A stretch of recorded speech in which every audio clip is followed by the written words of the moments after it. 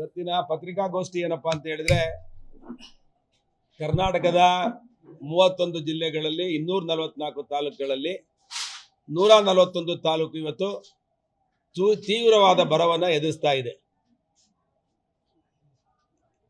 24 ಜಿಲ್ಲೆಗಳು ಕೂಡ ಬರ ಪೀಡಿತವಾಗಿದೆ ಅಂತೇಳಿ ಸರ್ಕಾರ ಈಗಾಗಲೇ ಘೋಷಣೆ ಮಾಡಿದೆ. 31 ಜಿಲ್ಲೆಗಳಲ್ಲಿ 24 ಜಿಲ್ಲೆಗಳು ಬರ ಪೀಡಿತವಾಗಿವೆ. 24 ಜಿಲ್ಲೆಗಳಲ್ಲಿ ಇವಾಗಲೇ ಸರ್ಕಾರ ಘೋಷಣೆ ಮಾಡಿದೆ ಬರಗಾಲ ಅಂತೇಳಿ. ಇವತ್ತು 42% ಮಳೆ ಕೊರತೆ ಇದೆ ಅಂತ ಹೇಳಿ ಸರ್ಕಾರನು ಹೇಳಿದೆ. ಹವಾಮಾನ ಇಲಾಖೆನೂ ಕೂಡ ವರದಿ ಕೊಟ್ಟಿದೆ. ಮುಂದಿನ ಫೋರ್ಕಾಸ್ಟ್ ಆಗಸ್ಟ್ ಸೆಪ್ಟೆಂಬರ್ ಇವೆರಡು ತಿಂಗಳು ಕೂಡ ಮಳೆ ಬರಲ್ಲ, 90% ಮಳೆ ಕೊರತೆ ಇದೆ ಅಂತೇಳಿ ರಾಷ್ಟ್ರೀಯ ಹವಾಮಾನ ಇಲಾಖೆ ಕೂಡ 2 ದಿವಸದಿಂದ ಪತ್ರಿಕೆಯಲ್ಲೂ ಕೂಡ ವರದಿಯನ್ನ ಮಾಡಿದ್ರು. ಇಂಥ ಒಂದು ಭೀಕರ ಬರದ ಸ್ಥಿತಿಯಲ್ಲಿ ರಾಜ್ಯ ಸರ್ಕಾರ ಇದನ್ನ ಗಂಭೀರವಾದ ಸ್ಥಿತಿಯನ್ನ ನೋಡಿ ಇವತ್ತು ಯಾವುದೇ ಕ್ರಮವನ್ನ ತಗೊಂಡಿಲ್ಲ. ಅದಕ್ಕೆ ನಾನಿವತ್ತು ರಾಜ್ಯ ಸರ್ಕಾರಕ್ಕೆ ಒತ್ತಾಯ ಮಾಡ್ತೇನೆ, ಯಾರು ಮಾತಾಡಬೇಡಿ, ಕೂಡಲೇ ರಾಜ್ಯ ಸರ್ಕಾರ 10,000 ಕೋಟಿ ಹಣವನ್ನ ಬರ ಪೀಡಿತ ತಾಲೂಕುಗಳಿಗೆ ಘೋಷಣೆ ಮಾಡಿ ಹಣ ಬಿಡುಗಡೆ ಮಾಡಬೇಕು ಅಂತೇಳಿ ನಾನು ಆಗ್ರಹ ಮಾಡ್ತೇನೆ. ಯಾಕೆಂದರೆ ರೈತ ಅನ್ನದಾತ. ಈ ದೇಶದಲ್ಲಿ ಯಾವುದೇ ಅಭಿವೃದ್ಧಿ ಕೆಲಸ ನಿಲ್ಲಿಸಿದ್ರು ಅನ್ನದಾತ ಸಂಕಷ್ಟದಲ್ಲಿದ್ದಾಗ ಈ ದೇಶಕ್ಕೆ ಅನ್ನ ಕೊಡುವಂಥವನು ರೈತ. ಈ ರೈತ ಈ ದೇಶದ ಬೆನ್ನೆಲುಬು ಅಂತ ನಾವು ಹೇಳ್ತೇವೆ. ಅಂತ ಒಬ್ಬ ರೈತನ ಸಂಕಷ್ಟದಲ್ಲಿ ಯಾವುದೇ ಭಾಗ್ಯಗಳಿರ್ಬೋದು, ಇವತ್ತು ಆ ಭಾಗ್ಯಗಳಿಗಿಂತ ಹೆಚ್ಚಾಗಿ ರೈತನ ಸಂಕಷ್ಟದಲ್ಲಿರುವಂಥ ರೈತನಿಗೆ ಕೂಡಲೇ ಸರ್ಕಾರ ಅವನ ಮನೆ ಬಾಗಿಲಿಗೆ ಹೋಗಿ ತೀವ್ರವಾದ ಬರಗಾಲದ ಪರಿಸ್ಥಿತಿಯಲ್ಲಿ ಜಾನುವಾರುಗಳಿಗೆ, ಇವತ್ತು ಜಾನುವಾರುಗಳ ಪರಿಸ್ಥಿತಿ ಏನಪ್ಪಾ ಅಂತ ಹೇಳಿದ್ರೆ, ಮನುಷ್ಯ ಎಲ್ಲಾದರೂ ಊಟ ಹುಡ್ಕೊಂಡು ತಿನ್ಬಿಡ್ಬೋದು, ಆದರೆ ದನ ಕರುಗಳು ಮತ್ತೆ ಜಾನುವಾರುಗಳು ತುಂಬಾ ಸಮಸ್ಯೆಗಳನ್ನು ಎದುರಿಸ್ತವೆ. ಅದಕ್ಕೆ ಕೂಡಲೇ ಒಂದು ಹೆಲ್ತ್ ಫೋಡರ್ ಇದನ್ನು ಕೊಡೋದಕ್ಕೆ, ಏನು ಹುಲ್ಲು ಮತ್ತೆ ಜೋಳ, ಮೇಕೆ, ಮೇವ್ ಬ್ಯಾಂಕನ್ನು ಕೂಡಲೇ ಪ್ರಾರಂಭ ಮಾಡಬೇಕು ಅಂತ ಹೇಳಿ ಕೂಡ ನಾನು ಆಗ್ರಹ ಮಾಡ್ತೇನೆ. ಮೇವಿನ ಕೊರತೆ ಇವತ್ತು ತುಂಬಾ ಸಮಸ್ಯೆಯನ್ನು ಇವತ್ತು ಸರ್ಕಾರ ಎದುರಿಸ್ತಾ ಇದೆ. ರಾಜ್ಯದಲ್ಲಿ ಪರಿಸ್ಥಿತಿ ಏನಪ್ಪಾ ಇದೆ ಅಂತ ಹೇಳಿದ್ರೆ, ಕಂದಾಯ ಸಚಿವರು ಮಾತ್ರ ಇದ್ದಾರೆ ಇವತ್ತು. ಕೃಷಿ ಸಚಿವರಿಲ್ಲ, ತೋಟಗಾರಿಕೆಯವರಿಲ್ಲ, ಜಲಸಂಪನ್ಮೂಲ ಸಣ್ಣ ನೀರಾವರಿ ಖಾತೆ ಇಲ್ಲ. ಒಂದು ಜಲಸಂಪನ್ಮೂಲ ಕೃಷಿ ಖಾತೆ, 2 ಬಹಳ ಮುಖ್ಯವಾದ ಬರಗಾಲದ ಪರಿಸ್ಥಿತಿಯಲ್ಲಿ ತೋಟಗಾರಿಕೆ, ಕೃಷಿ ಇಲಾಖೆ, ಜಲಸಂಪನ್ಮೂಲ ಇಲಾಖೆ ಮತ್ತೆ ಕಂದಾಯ ಇಲಾಖೆ, ಈ 4 ಕೂಡ ಜಂಟಿಯಾಗಿ ಬರ ಪರಿಹಾರ ಕೊಡೋದಕ್ಕೆ, ಅಧ್ಯಯನ ಮಾಡೋದಕ್ಕೆ ಇವತ್ತು ಟೀಮ್ ಕಳಿಸ್ಬೇಕಾಯ್ತು. ಈಗಾಗಲೇ ಆಗಸ್ಟ್ ತಿಂಗಳು, ಇಷ್ಟೊತ್ತಿಗೆಲ್ಲ ನಮ್ಮ ಬಿತ್ತನೆ ಮುಗ್ದೋಗಿರೋದು. ರಾಗಿ ಬಿತ್ತನೆ ಇರ್ಬೋದು, ಜೋಳ ಇರ್ಬೋದು, ಮಿಸ್ಕಿನ್ ಜೋಳ ಇರ್ಬೋದು, ಎಲ್ಲವೂ ಇಷ್ಟೊತ್ತಿಗೆ ಬಿತ್ತನೆ ಮುಗ್ದೋಗ್ಬಿಡೋದು. ಆದರೆ ಇಷ್ಟು ಆಗಸ್ಟ್ 2ನೇ ತಾರೀಕು 3ನೇ ತಾರೀಕು ಇವತ್ತು ಇಲ್ಲಿವರೆಗೂ ಕೂಡ ಯಾವುದೇ ಬರ ಅಧ್ಯಯನ ಸಮಿತಿಯನ್ನ ರಾಜ್ಯ ಸರ್ಕಾರ ಇವತ್ತು ಘೋಷಣೆ ಮಾಡಿಲ್ಲ. ಬರೀ ಕಂದಾಯ ಸಚಿವರೊಬ್ಬರು ಬಿಟ್ರೆ ಇನ್ಯಾವ ಸಚಿವರು ಕೂಡ ಇವತ್ತು ಈ ಖಾತೆ, ಕೃಷಿ ಇಲಾಖೆ ಆಗಲಿ ತೋಟಗಾರಿಕೆ ಇಲಾಖೆ ಆಗಲಿ ಸಚಿವರಿಲ್ಲ. ಅದರಿಂದ ನಮ್ಮ DCM ಅವರು ಏನು ಹೇಳ್ತಿದ್ದಾರೆ, ಕಂದಾಯ ಸಚಿವರು ಅಂತ ಹೇಳಿದ್ರೆ ನಾವು ಕೇಂದ್ರಕ್ಕೆ ಕಾಗದ ಬರಿತೀವಿ ಅಂತ ಹೇಳ್ತಾರೆ. ಕೇಂದ್ರ ಸರ್ಕಾರದ ಮೇಲೆ ಗೂಬೆ ಕುಡಿಸುವಂತ ಕುತಂತ್ರ ಇದು. ನಾನು ಇವತ್ತು ಯಾವುದೇ ಬರಗಾಲದ ಪರಿಸ್ಥಿತಿಯಲ್ಲಿ, ಸ್ವಲ್ಪ ಮಾತಾಡಬೇಡಿ ಅಂತ ಹೇಳಿ, ಇಂಥ ಬರಗಾಲದ ಪರಿಸ್ಥಿತಿಯಲ್ಲಿ ರಾಜ್ಯ ಸರ್ಕಾರ ಕೂಡಲೇ ಒಂದು ಸಮಿತಿ ಮಾಡಿ ಅಲ್ಲಿ ಬರ ಅಧ್ಯಯನ ಮಾಡಿ, ಯಾವ ತಾಲೂಕಲ್ಲಿ ನಿಜವಾಗಿ ಮಳೆ ಕೊರತೆ ಆಗಿ ರೈತ ಸಂಕಷ್ಟದಲ್ಲಿದ್ದಾನೆ, ಯಾವ ತಾಲೂಕಲ್ಲಿ ಜಾನುವಾರುಗಳಿಗೆ ಮೇವಿಲ್ಲ, ಇವೆಲ್ಲವನ್ನ ವರದಿ ತಗೊಂಡು ಹಣ ಬಿಡುಗಡೆ ಮಾಡಿ ಕೇಂದ್ರ ಸರ್ಕಾರಕ್ಕೆ ಕಾಗದ ಬರೆದ್ರೆ ಅವರೊಂದು ಟೀಮ್ ಬರ್ತಾರೆ ಅಧ್ಯಯನ ಮಾಡಿ.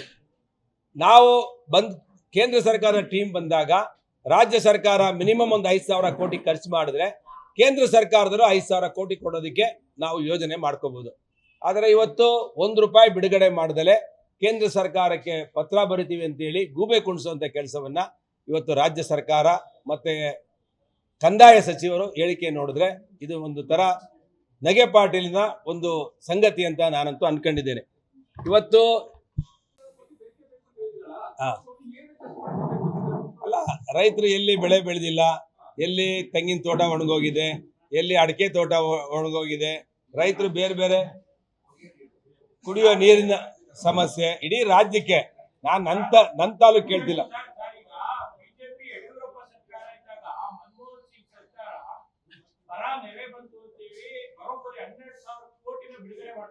ಹೌದು,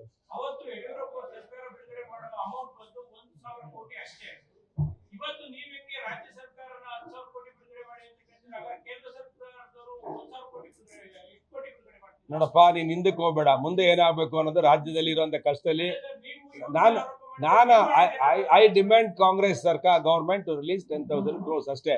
ನೀವು ಹಿಂದೆ ಮನಮೋಹನ್ ಸಿಂಗ್ ಬಿಡುಗಡೆ ಮಾಡಿದ್ರು, ಮುಂದೆ PV ನರಸಿಂಹರಾವ್ ಬಿಡುಗಡೆ ಮಾಡಿದ್ರು, ಅದು ಮುಗಿದ ಅಧ್ಯಾಯ. ಈಗಿರೋ ರಾಜ್ಯದಲ್ಲಿ ಹೌದು, ಪಾರ್ಟಿ ಏನ್ ಕಚ್ಚಾಡ್ತಿಲ್ಲ. ಹೇಳಿ ಹೌದ್ರಿ ನಾವು ಅಲ್ರಿ ಆಯ್ತ್ರಪ್ಪ. ಈಗ ಕೇಂದ್ರ ಸರ್ಕಾರಕ್ಕೆ ಬೊಟ್ಟು ತೋರ್ಸೋದು, ಕೇಂದ್ರ ಸರ್ಕಾರಕ್ಕೆ ಪತ್ರ. ಈಗ ಮನೆ ಒಳಗಡೆ ಬೆಂಕಿ ತುರಿದಾಗ ಫಸ್ಟ್ ಆರಿಸ್ಬೇಕಲ್ಲ, ಆಮೇಲೆ ತಾನೇ ಎಲ್ಲ ಫೈರ್ ಇಂಜಿನ್ ಬರೋದು. ಆಯ್ತು, ಸಂಸದರು ಕೇಳಿ. ಆಯ್ತ್ರಪ್ಪ, ಈಗ ಏನ್ರಿ ನೀವು ಸಂಸದರನ್ನ ಕೇಳ್ರಪ್ಪ. ಬಂದಾಗ ಸೋಮಣ್ಣವ್ರು ಕೇಳ್ಬೇಕು. ನಾನಿವತ್ತು ಹೌದಪ್ಪ, ನೀವು ನನ್ ಕೇಳಿದ್ರೆ ನೀವು ಸಂಸದರಿಗೆ ನಾನು ಉತ್ತರ ಕೊಡಕ್ಕಾಗತ್ತಾ? ಸಂಸದರು ಯಾಕೆ ಕೇಳಲ್ಲ ಅಂದ್ರೆ ನೀವು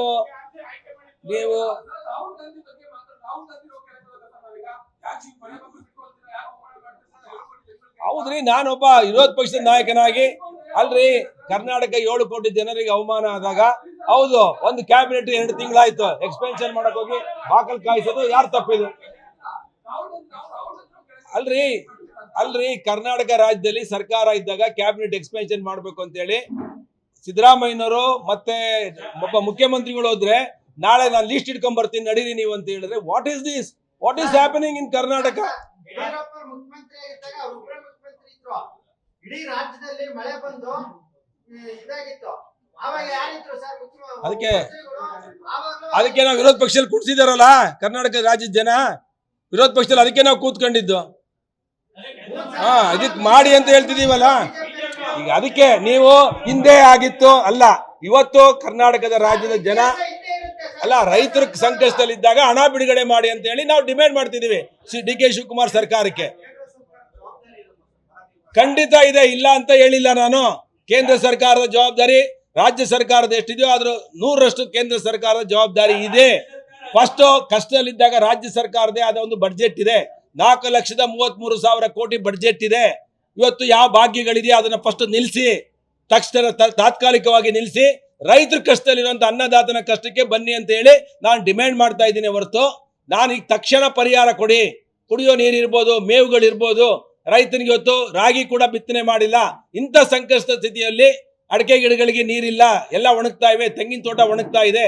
ಈ ಸಂದರ್ಭದಲ್ಲಿ ಸರ್ಕಾರ ಕ್ಯಾಬಿನೆಟ್ ಮಾಡೋದಕ್ಕೆ ಪ್ರತಿದಿನ ತಿಂಗಳು ವಾರಕ್ಕೊಂದ್ಸಲಿ ಹೋಗಿ ಆ ರಾಹುಲ್ ಗಾಂಧಿ ಮನೆ ಕಾಯೋದನ್ನು ಬಿಟ್ಟು ತಕ್ಷಣ ನೀವು ಇಲ್ಲಿ ಬಂದು ರೈತರ ಬಗ್ಗೆ ಪರಿಹಾರದ ಬಗ್ಗೆ ಗಮನ ಹರಿಸಿ ಒಂದು ತಂಡ ಮಾಡಿ, 3 ಜನದ ತಂಡ ಮಾಡಿ. ಯಾರ್ದು ಕೃಷಿ ಮಂತ್ರಿಗಳು ಇಲ್ಲ, ತೋಟಗಾರಿಕೆ ಮಂತ್ರಿ ಇಲ್ಲ, ಯಾರು ನೋಡಕ್ಕಾಗುತ್ತೆ ಇದಕ್ಕೆ? ಅದಕ್ಕೆ ಒಂದು IAS ನುರಿತ IAS ಟೀಮ್ನ ಕಳಿಸಿ ಒಂದು ವರದಿ ತರಿಸ್ಕೊಂಡು ರಾಜ್ಯ ಕೇಂದ್ರ ಸರ್ಕಾರಕ್ಕೂ ಕಳಿಸಿ. ಕೇಂದ್ರ ಸರ್ಕಾರದಲ್ಲಿ ನಮ್ಮ ಸಂಸದರು ನಮ್ಮ ಮಂತ್ರಿಗಳು ಮಾತಾಡ್ತಾರೆ, ನಾವೆಲ್ಲರೂ ಕೂಡ ಬರ್ತೇವೆ ನಿಮ್ಮ ಜೊತೆ ಡೆಲಿಗೇಷನ್ಗೆ. ಅದು ಮಾಡಬೇಕು. ರಾಜಕೀಯ ಮಾಡೋದಕ್ಕೆ ನಾವೇನು ಬಂದಿಲ್ಲ ಇಲ್ಲಿ. ಅದು ಫಸ್ಟ್ ಬಿಡುಗಡೆ ಮಾಡ್ಲಪ್ಪ, ಫಸ್ಟ್ ಸ್ಟಾರ್ಟ್ ಆಗ್ಲಿ ರಾಜ್ಯ ಸರ್ಕಾರ. ನಾವು 10,000 ಕೇಳಿದೀವಿ, 2,000 3,000 ಕೋಟಿ ಯಾರು ಕೊಡ್ಬೇಕಲ್ಲ ಮೇವುಗಳಿಗೆ. ಬರೀ 1 ಕೋಟಿ ಕೊಟ್ಬಿಟ್ಟು ಕೊಳವೆ ಬಾವಿ ಹಾಕ್ಸಿದ್ರೆ 10 ಕೊಳವೆ ಬಾವಿ ಹಾಕ್ಸಕ್ಕಾಗಲ್ಲ.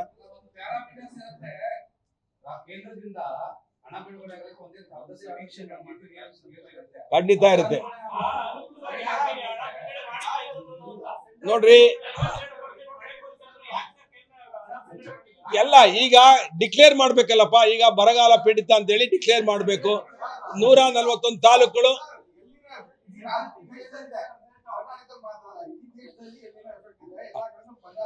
ಹೌದು,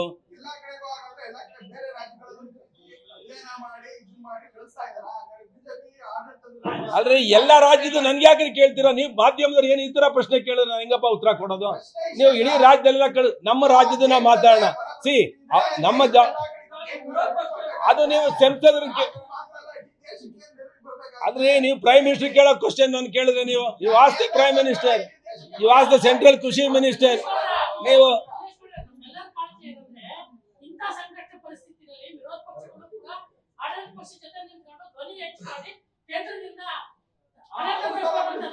ಕರೆಕ್ಟ್ ಅಪ್ಪ.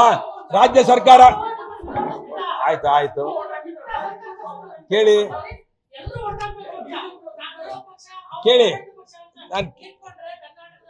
ಆಯ್ತು, ನಾನು ಹೇಳಿದ್ನಲ್ಲ ಕೇಳಿ. ನಿನ್ನೆ ಸರ್ವಪಕ್ಷ ಸಭೆ ಕರೆದ್ರು, ನಮ್ಮವರೇನ ಬಾಯ್ಕಾಟ್ ಮಾಡಿದ್ರ ಕಾವೇರಿ ಸಮಸ್ಯೆನ? ಹಾಗೆ ಮುಖ್ಯಮಂತ್ರಿಗಳು ಕರಿಬೇಕಲ್ಲಪ್ಪ ಸಭೆನ, ಆಲ್ ಪಾರ್ಟಿ ಮೀಟಿಂಗ್ ಕರೆದಿ ಡಿಮ್ಯಾಂಡ್ ಹೇಳ್ಬೇಕಲ್ಲ. ಅಲ್ಲ, ಆಲ್ ಪಾರ್ಟಿ ಮೀಟಿಂಗ್ ನಮ್ಮವರೇನ ಬಾಯ್ಕಾಟ್ ಮಾಡಿದ್ರ, ಹೋಗಿ ಸಜೆಷನ್ ಕೊಟ್ಟು ಬಂದ್ರು, ನಾವು ನಿಮ್ ಜೊತೆ ಇರ್ತೇವೆ ಅಂತ ಹೇಳಿ ಬಂದ್ರು. ವಿರೋಧ ಪಕ್ಷಗಳು ಕೂಡ ಆಡಳಿತ ಪಕ್ಷದ ಜೊತೆ ಒಂದಾಗಿ ಯಾವುದೇ ಸಮಸ್ಯೆ ರಾಜ್ಯದ ಬಂದಾಗ ನಾವೆಲ್ಲ ಒಗ್ಗಟ್ಟಾಗಿದ್ದೀವಿ ಅನ್ನೋದನ್ನ ನಿನ್ನೆ ತೋರಿಸಿದ್ದಾರೆ. ಇನ್ನು ಮುಂದೇನು ತೋರಿಸ್ತಾರೆ. ಮುಖ್ಯಮಂತ್ರಿಗಳು ಕರಿಬೇಕಲ್ಲ ಆಲ್ ಪಾರ್ಟಿ ಮೀಟಿಂಗ್ ಕರೆದು ಬರೋದ್ ಬಗ್ಗೆ. ಆಡಳಿತ ಅನುಭವದ ಕೊರತೆ ಇದೆಯೋ ಇಲ್ಲ ಆಡಳಿತ ನಡೆಸೋದಕ್ಕೆ ಆಗ್ತಾ ಇಲ್ವೋ ನನಗೆ ಗೊತ್ತಿಲ್ಲ. ರಾಹುಲ್ ಗಾಂಧಿ ಸೋನಿಯಾ ಗಾಂಧಿ ಅವರು ಆಡಳಿತ ನಡೆಸೋಕೆ ಬಿಡ್ತಿಲ್ವೋ ಗೊತ್ತಿಲ್ಲ. ಅವ್ರಿಗೆ ಫ್ರೀ ಹ್ಯಾಂಡ್ ಕೊಟ್ಟು ಡಿ.ಕೆ. ಶಿವಕುಮಾರ್ ಅವ್ರಿಗೆ ಫ್ರೀ ಹ್ಯಾಂಡ್ ಕೊಟ್ಟು ಆಡಳಿತ ನಡೆಸೋಕೆ ಬಿಡ್ತಾ ಇದಾರೋ ಇಲ್ವೋ ಅದು ಗೊತ್ತಿಲ್ಲ. ನೀವು ಅವ್ರನ್ನೇ ಕೇಳ್ಬೇಕು, ಡಿ.ಕೆ. ಶಿವಕುಮಾರ್ ಅವ್ರನ್ನ, ರಾಹುಲ್ ಗಾಂಧಿ ಅವ್ರನ್ನ. ಯಾರು? ಸೋಮಣ್ಣ 100ಕ್ಕೆ 100 ಸಿಗ್ತಾರೆ, 100ಕ್ಕೆ 100 ಕೆಲಸ ಮಾಡ್ತಿದ್ದಾರೆ. ನಾನು ಎಲ್ಲಾ ಮಾಧ್ಯಮದವರ ಮುಂದೆ ಎದೆ ತಡ್ಕೊಂಡು ಹೇಳ್ತೀನಿ, ಸೋಮಣ್ಣ ಅವರು ಬಂದ ಮೇಲೆ ತುಮಕೂರು ಜಿಲ್ಲೆಯ ರಾಜಕಾರಣ ಮತ್ತೆ ಅಭಿವೃದ್ಧಿ ಬದಲಾವಣೆ ಆಗಿದೆ. ಸೋಮಣ್ಣ ಅವರ ಒಂದು ಅಭಿವೃದ್ಧಿ ಕೆಲಸಗಳು ರೈಲ್ವೆ ಇಲಾಖೆ ಇರ್ಬೋದು, ರಾಷ್ಟ್ರೀಯ ಹೆದ್ದಾರಿಗಳಿರ್ಬೋದು, ಜಲಸಂಪನ್ಮೂಲ ಇಲಾಖೆಯಲ್ಲಿ ಇರ್ಬೋದು, ಹಿಂದೆಂದಿಗೂ ಆಗದಿರುವಂತ ಕೆಲಸವನ್ನ ಸೋಮಣ್ಣ ಅವರು 3 ವರ್ಷದಲ್ಲಿ ಮಾಡಿದ್ದಾರೆ. ನನಗೆ ಹೆಮ್ಮೆ ಇದೆ. ನಿಮಗೂ ಕೂಡ ಕಣ್ಣಿಂದ ನೋಡಿದ್ದೀರಂತ ಅನ್ಕೊಂಡಿದ್ದೀನಿ ನಾನು. ಖಂಡಿತ ಆಗಿದೆ. ಇಡೀ ರಾಜ್ಯದಲ್ಲೇ ನಂಬರ್ 1 ಇದೆ. ನೀವು ಶಾಲೆಗಳು ತಗೊಳ್ಳಿ, ನೀರಾವರಿ ಯೋಜನೆಗಳು ತಗೊಳ್ಳಿ. ಕಾಸು ಮುಂದೆ ಆಗಿರೋದ್ರಿ. ಈ ಸರ್ಕಾರದಲ್ಲಿ ಒಂದು 50 ಕೋಟಿ ಬಂದಿರೋದು ಹೆಚ್ಚಿರಿ. ಹಿಂದಿನ ಸರ್ಕಾರ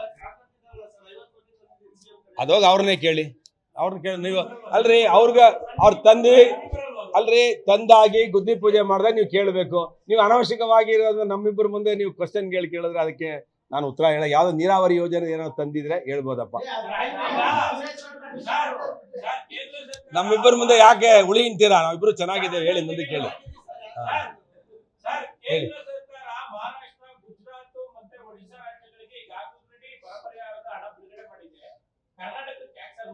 ಖಂಡಿತ ಮಾಡಿಸ್ತೇವೆ.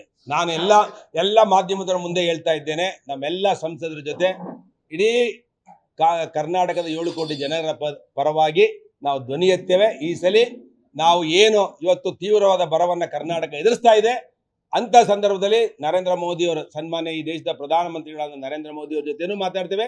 ಕೃಷಿ ಸಚಿವರಾಗಿರುವಂಥ ಚವಾಣ್ ಸಾಹೇಬ್ರ ಹತ್ರ ಮಾತಾಡಿ ಈ ಸಮಸ್ಯೆಗೆ ಪರಿಹಾರ ಕಂಡುಕೊಳ್ತೀವಿ. ಕೂಡಲೇ ನಾನು ಈ ಸಂದರ್ಭದಲ್ಲಿ ಆಗ್ರಹ ಮಾಡೋದೇನಪ್ಪ ಅಂದರೆ, ತಕ್ಷಣ ತಾತ್ಕಾಲಿಕವಾಗಿ ಒಂದು 10,000 ಕೋಟಿ ಹಸುಗಳು, ಜಾನುವಾರುಗಳು ಮೇವಿಗಿರ್ಬೋದು, ಕುಡಿಯೋ ನೀರಿಗಿರ್ಬೋದು, ರೈತರಿಗೆ ಏನು ಮುಂದಿನ ದಿನಗಳಲ್ಲಿ ಅವರಿಗೆ ಕೆಲಸ ಮಾಡೋದಕ್ಕೆ, ಗುಳ್ಳೆ ಹೋಗ್ದಂಗೆ ತಡೆಯೋದಕ್ಕೆ ಏನೇನೋ ಕ್ರಮಗಳು ತಗೋಬೇಕು.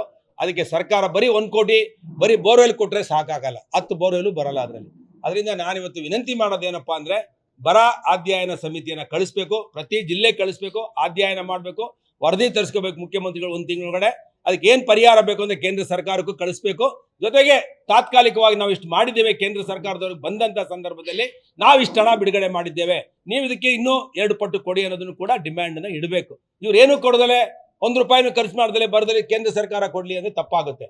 ಅದರಿಂದ ಬರುತ್ತೆ, ಇವ್ರು ಕಳಿಸಿದ ಮೇಲೆ ಬರುತ್ತೆ ರಿಪೋರ್ಟ್, ಇವ್ರು ಮಾಡಿ ಕಳಿಸ್ಬೇಕು ಏನೇನು ಎಫೆಕ್ಟ್ಸ್ ಆಗಿದೆ ನಮ್ಗೆ ಇದರಿಂದ ಅಂತೇಳಿ. ಯಾವುದು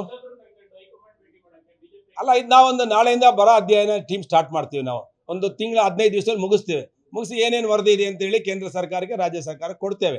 ಕೊಟ್ಟಾದ್ಮೇಲೆ ರಾಜ್ಯ ಸರ್ಕಾರ ಏನೇನು ಕಮಿಟಿ ಮಾಡುತ್ತೆ, ಟೀಮ್ ಮಾಡುತ್ತೆ ಎಲ್ಲ ನೋಡ್ಕೊಂಡು, ಅದಾದ್ಮೇಲೆ ಕೇಂದ್ರ ಸರ್ಕಾರ ಜೊತೆ ಮಾತುಕತೆ ಆಡಿ ಹಣ ಬಿಡುಗಡೆ ಮಾಡುವಂಥ ಕೆಲಸನ ಅತ್ಯಂತ ಆನೆಸ್ಟ್ ಆಗಿ ನಾವು ಮಾಡ್ತೇವೆ ಅಂತ ಹೇಳಿ ನಾನು ಮಾಧ್ಯಮದ ಸ್ನೇಹಿತರಿಗೆ ಹೇಳೋದಕ್ಕೆ ಇಷ್ಟಪಡ್ತೀನಿ. ಏನು ನಾನೇ ಒಬ್ಬ ರೈತನ ಮಗ, ನನಗೆ ಯಾವ ಎಕ್ಸ್ಪರ್ಟ್ ಬೇಕು? ಅವನೇನು IAS ಏನು ಗೊತ್ತಿರುತ್ತೆ ಅಲ್ರಿ? ಅವನೇನೋ ವರದಿ ಕೊಡೋದು ತಹಸೀಲ್ದಾರ್ DC ಕೂಡ ವರದಿ ಬರೀತಾನೆ. ನಮ್ಮ ಕಣ್ ಮುಂದೆನೆ ನಾವು ನೋಡ್ತೀವಲ್ಲ ರೈತರ ಮಕ್ಕಳ, ನಮ್ಗೇನು ಕಷ್ಟ ಅಂತ ಗೊತ್ತಿರಲ್ವಾ?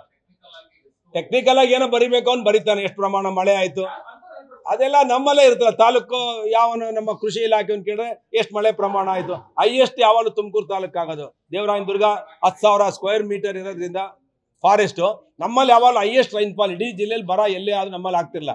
ಅದು ನಮ್ಮಲ್ಲೇ ಇವತ್ತು 70% ಕೊರತೆ ಆಗ್ಬಿಟ್ಟಿದೆ ನನ್ನ ತಾಲೂಕಲ್ಲಿ. ಯಾವತ್ತೂ ಆಗಿರಲಿಲ್ಲ ಇದು. ನಾನು 25 ವರ್ಷದ ರಾಜಕೀಯದಲ್ಲಿ ಯಾವತ್ತೂ ಮಳೆ ಪ್ರಮಾಣ ತುಮಕೂರು ತಾಲೂಕಲ್ಲಿ ಕಡಿಮೆ ಆಗಿಲ್ಲ. ಬಟ್ ದಿಸ್ ಇಯರ್ ತುಂಬಾ ವರ್ಸ್ಟ್ ರೈನ್ಫಾಲ್ ಆಗಿದೆ, ಅಂದ್ರೆ 70% ಇಂತ ಕಡಿಮೆ ಆಗಿದೆ. ಒಂದು ಟೀಮ್ ಮಾಡಿದ್ರು ಕೂಡ ಇದು ಮಿನಿಮಮ್ ಬರ ಅಧ್ಯಯನ ಮಾಡೋಕ್ಕೆ 3 ತಿಂಗಳು ಬೇಕಾಗುತ್ತೆ. ಆದರೆ ಇಲ್ಲಿವರೆಗೂ ಯಾವುದೇ ಟೀಮನ್ನ ಇವತ್ತು ರಾಜ್ಯ ಸರ್ಕಾರ ಮಾಡಿಲ್ಲ. ನಾನು ಕೂಡಲೇ ಮುಖ್ಯಮಂತ್ರಿಗಳಿಗೆ ಆಗ್ರಹ ಮಾಡ್ತೇನೆ, ಕೂಡಲೇ ಬರ ಕಾಮಗಾರಿಗೆ ಬರ ಪರಿಹಾರಕ್ಕೆ ಮೇವುಗಳ ಬ್ಯಾಂಕ್ ಮಾಡೋದಕ್ಕೆ ಜಾನುವಾರುಗಳಿಗೆ ಮತ್ತೆ ರೈತರಿಗೆ ಸಂಕಷ್ಟದಲ್ಲಿ ಕೂಡಲೇ ಒಂದು 10,000 ಕೋಟಿ ಬಿಡುಗಡೆ ಮಾಡಬೇಕು ಅಂತ ಹೇಳಿ ಆಗ್ರಹ ಮಾಡ್ತೀನಿ. ಇನ್ನೊಂದು ಮುಖ್ಯಮಂತ್ರಿಗಳು ಏನು ಹೇಳಿದ್ರು ಅಂತ ಹೇಳಿದ್ರೆ, ಒಂದು ತಿಂಗಳಿಂದ ಯಾರು ಕೂಡ ಬೆಳೆ ಬೆಳಿಬಾರ್ದು ಅಂತ ಹೇಳಿದ್ದಾರೆ. ಯಾರು ಬೆಳೆ ಬೆಳಿಲಿಲ್ಲ ಅಂತ ಹೇಳಿದ್ರೆ ಮನುಷ್ಯನಿಗೆ ಊಟ ಎಲ್ಲಿ ಸಿಗುತ್ತೆ, ಜಾನುವಾರುಗಳಿಗೆ ಮೇವೆಲ್ಲಿ ಸಿಗುತ್ತೆ. ರೈತ ನಿಜವಾಗ್ಲೂ ಕುಡಿಯೋ ನೀರಿಗೆ ಆದ್ಯತೆ ಕೊಡಬೇಕು. ಮಾತಾಡ್ತೀನಿ ಲಾಸ್ಟಲ್ಲಿ, ನಾನು ಹೇಳ್ತೀನಿ, ಉತ್ತರ ಕೊಡ್ತೀನಿ. ಅದಕ್ಕೆ ನಾನು ಇವತ್ತು ರೈತರಿಗೆ ಇವತ್ತು ಕೆಲವು ಕಡೆ ಡ್ಯಾಮ್ ತುಂಬಿದೆ, ನೀರು ಡ್ಯಾಮಲ್ಲೂ ಇತ್ತು. ಆ ಡ್ಯಾಮಲ್ಲಿ ನೀರಿದ್ದಾಗ ತಮಿಳ್ನಾಡಿಗೆ ಬಿಟ್ಬಿಟ್ಟು ನಮ್ಮ ರೈತರಿಗೆ ಬೆಳೆ ಬೆಳಿಬೇಡಿ ಅಂತ ಹೇಳಿದ್ದಾರೆ. ಈಗ ಸಾಧಾರಣವಾಗಿ ಮಳೆ ಆಗ್ತಾ ಇದೆ, ತುಂಗಭದ್ರಾ, ಕಪಿನಿ ಈ ಭಾಗದಲ್ಲಿ ಆಗ್ತಾ ಇದೆ. ಇವತ್ತು ರೈತರು ಬೆಳೆ ಬೆಳಿಬೇಡಿ ಅಂತ ಹೇಳಿದ ತಕ್ಷಣ ಭತ್ತದ ನಾಟಿನೂ ಕೂಡ ಹಾಕಿಲ್ಲ. ಈಗ ನಾಟಿ ಹಾಕಿ ಭತ್ತ ಬಿತ್ತನೆ ಮಾಡೋಕ್ಕೆ ಆಗುತ್ತಾ? ಈ ರೀತಿಯ ಹೇಳಿಕೆಗಳಿಂದ, ಗೊಂದಲದ ಹೇಳಿಕೆಗಳಿಂದ ರೈತರು ಕೂಡ ಸಂಕಷ್ಟದಲ್ಲಿ ಇವತ್ತು ಸಿಗಾಕೊಂಡಿದ್ದಾರೆ.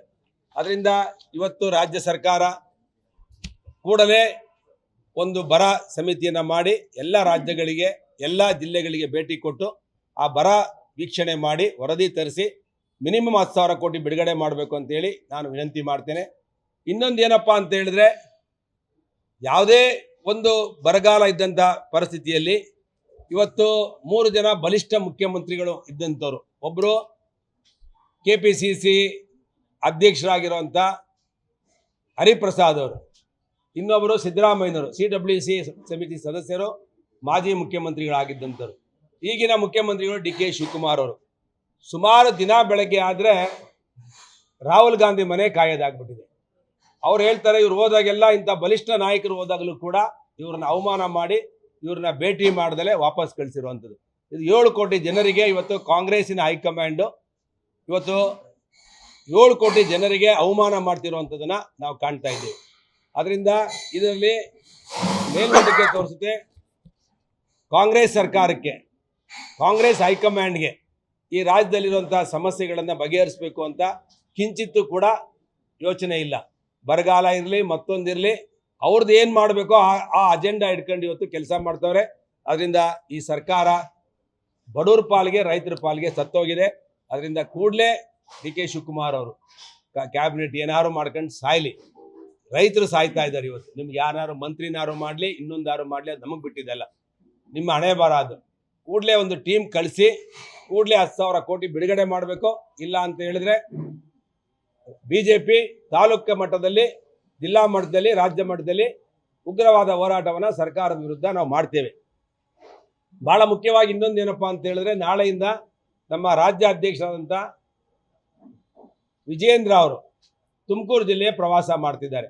ಎಲ್ಲೆಲ್ಲಿ ಬರಗಾಲ ಪೀಡಿತವಾಗಿದೆ, ಎಲ್ಲಿ ಕುಡಿಯೋ ನೀರಿನ ಸಮಸ್ಯೆ ಆಗಿದೆ, ಎಲ್ಲಿ ಜಾನುವಾರುಗಳಿಗೆ ಸಮಸ್ಯೆ ಆಗಿದೆ, ಎಲ್ಲಿ ರೈತರು ಬಿತ್ತನೆ ಮಾಡಿಲ್ಲ ರಾಗಿ ಮತ್ತು ಇದು, ಎಲ್ಲಿ ಅಡಿಕೆ ತೋಟ, ತೆಂಗಿನ ತೋಟ ನೀರಿಲ್ದಲೇ ಒಣಗೋಗ್ತಾ ಇದೆ, ಇಂಥದಕ್ಕೆಲ್ಲ ಭೇಟಿ ಕೊಡೋದನ್ನ ನಾಳೆ ಬೆಳಗ್ಗೆ 8 ಗಂಟೆಗೆ ಸಿದ್ಧಗಂಗಾ ಮಠಕ್ಕೆ ಬರ್ತಾರೆ. 10 ಗಂಟೆಗೆ ನನ್ನ ಕ್ಷೇತ್ರ ಊಡ್ಗೆರೆ ಹತ್ರ, ದುರ್ಗದಳ್ಳಿ ಹತ್ರ, ದುರ್ಗದಳ್ಳಿ ಆಚಾರಗುಡ್ಲ ಹತ್ರ ಭೇಟಿ ಕೊಡ್ತಾರೆ. ಅದಾದ್ಮೇಲೆ ಮಧುಗಿರಿಗೆ ಪ್ರವಾಸ ಮಾಡ್ತೇವೆ ನಾವು ಒಟ್ಟಿಗೆ. ಅದರಿಂದ ನೀವು ಕೂಡ ಆ ಒಂದು ಕಾರ್ಯಕ್ರಮದಲ್ಲಿ ಭಾಗವಹಿಸಬೇಕು ಅಂತೇಳಿ ನಾನು ವಿನಂತಿ ಮಾಡ್ತೇನೆ. ಹಾಗೆ ನಮ್ಮ ಸರ್ಕಾರ, ರಾಜ್ಯ ಸರ್ಕಾರ ಕೂಡಲೇ ಇವತ್ತು ಬಡವರ ಸಂಕಷ್ಟಕ್ಕೆ ಬಂದು ರೈತರಿಗೆ ಕೂಡಲೇ ಈ ಸರ್ಕಾರ 10,000 ಕೋಟಿ ಬಿಡುಗಡೆ ಮಾಡಬೇಕು ಅಂತ ಹೇಳಿ ಕೂಡ ನಾನು ಆಗ್ರಹ ಮಾಡ್ತಾ ಇದ್ದೇನೆ. ನ್ಯೂಸ್ ಫಸ್ಟ್, ನಿರ್ಭೀತಿಯಿಂದ ನಿಮ್ಮ ಪರವಾಗಿ.